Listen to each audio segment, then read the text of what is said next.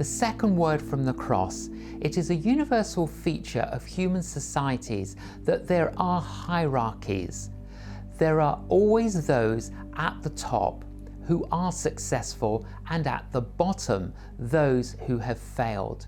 One of the humiliations poured on Jesus at the cross is that he is crucified between two failures, criminals who have committed the serious offense of rebellion against Roman rule.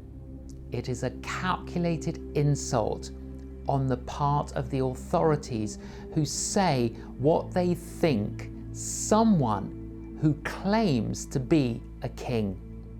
The crowd around the cross is mocking Jesus, and as they do this, one of the criminals joins in. The other rebukes him, saying, "We are getting what our deeds deserve, but this man has done nothing wrong." Then, in an extraordinary statement, he says, "Jesus, remember me when you come into your kingdom." It is typical of Christianity turning things upside down, that the first person to acknowledge that the cross was a triumph rather than a disaster was a man at the bottom of society. Those in religious and political authority mock Jesus' kingship. This dying criminal acknowledges it. In response, Jesus turns to the criminal and makes this wonderful promise. "Truly, I tell you, today you will be with me in paradise." We see authority in this statement, truly. Jesus says, "You can rely on it because I say it."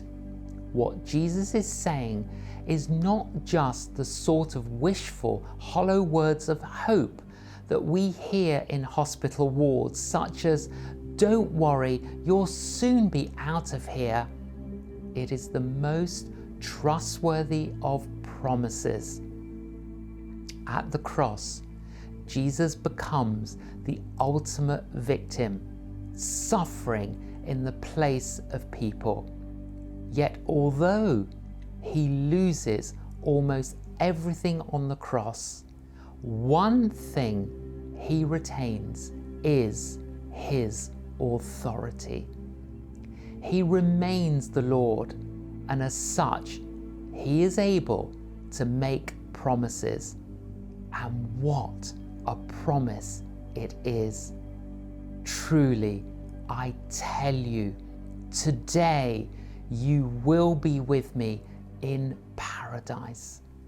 The word paradise means a garden, and it is used in the Greek version of the Old Testament for the Garden of Eden. What Jesus is saying is, "I promise you that this very day you will be in the Garden of Eden with me." What better words could anyone ever hear? What comfort, what hope, what security are in these words. We see in this exchange between Jesus and the criminal a picture of the breathtaking and almost incomprehensible nature of God's grace. The criminal on the cross merely acknowledges his own guilt and recognizes that Jesus is truly God's King. And this confession is enough for Jesus to accept him and offer him salvation and eternal life. This doomed, dying man has no opportunity for baptism, good works, or charity. All he can do is admit his guilt and affirm that Jesus is Lord. For almost 2,000 years, men and women in the most terrible and hopeless situations have found in Jesus' promise all the hope they need.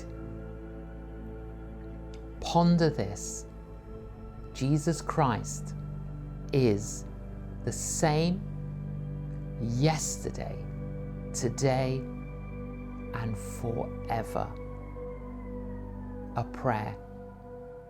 Eternal God, the hope that we have in you is truly staggering. May we live our lives in the light of eternity with you. Amen.